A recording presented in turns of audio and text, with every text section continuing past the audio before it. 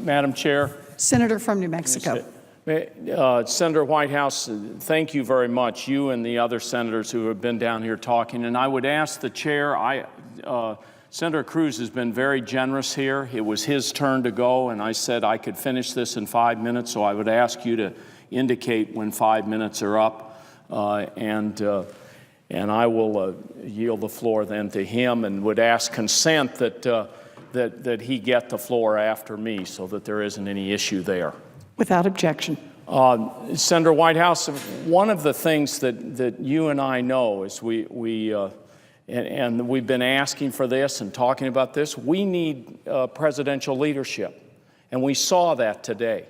The speech that was given here in Washington really detailed a lot of the important things that need to be done. And we both serve on the Environment and Public Works Committee. We know how important it is to get an EPA administrator in place and to move forward with the greenhouse gas regulations that the Supreme Court has now said we can move on. So this is a big day, and I think there are many of us in the Senate that are willing to work on a bipartisan basis. We hope a lot of our Republican friends will step forward and see that there's a space here to talk about climate, to try to work with each other. But I applaud the President for what he did today, how specific he was in terms of the EPA and greenhouse gases, how specific he was about policies throughout the government.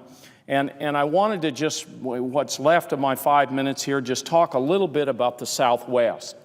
Sheldon, Whitehouse, and the others have talked about their regions of the country, but really what we're talking about in the Southwest is from the climate models, just business as usual that we see.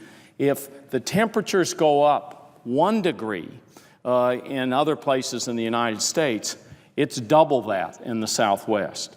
And so essentially what you have is if, and imagine a mouse and you're clicking on something on a screen and dragging it, what we see happening is New Mexico going 300 miles to the south if you maintain business as usual and you get down the road about 75 years, although it's hard to look down that far. And if you put New Mexico 300 miles to the south, you're down in the middle of the Chihuahuan Desert.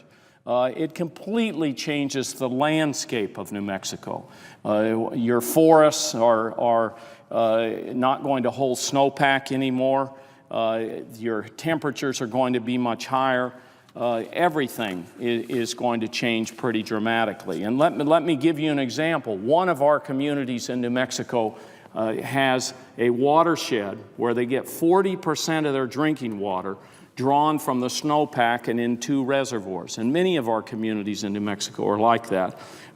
With snowpack gone, they will have to then go to another way of getting water. And making up 40% is very difficult, especially if the other areas, for example, the aquifers that are under that particular area or town, if those aquifers are also being drawn down because there's no snowpack, then you just continually mine the water. So that's the situation with the snowpack. The other thing that's happening in our forests is they're burning much hotter, and they're burning out of control. We're seeing bigger and bigger fires. Every couple of years, we break the record from a few years back. And with these fires burning so much hotter than they've ever burned before, the kinds of things you see is the soil turns to almost dust. It can't absorb water. It's not a natural forest environment. And so this has a devastating impact, and it's overlain by a drought, which also has been going on about 12 or 13 years. I just want to point out and read a recently issued report from one of our great national laboratories, Los Alamos National Laboratory, where they talked about the drought stress for our forests. The drought stress of forests in the Southwest is more severe than any event since the late 1500s mega drought. Late 1500s mega drought. and that probably led to the deaths of a large proportion of trees living at the time. Climate projections predict the mean forest drought stress by the 2050s will exceed that of the most severe droughts in the past 1,000 years. So there's no doubt, Madam President, that climate change is real, that the costs are real, and the costs aren't just monetary.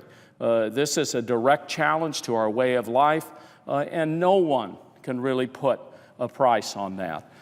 So let me just conclude here and say that once again, I appreciate Senator Cruz for your courtesies. I would ask that I have a fuller speech. I would ask that it be put into the record as if I spoke at all. And with that, I yield the floor to Senator Cruz. Without objection.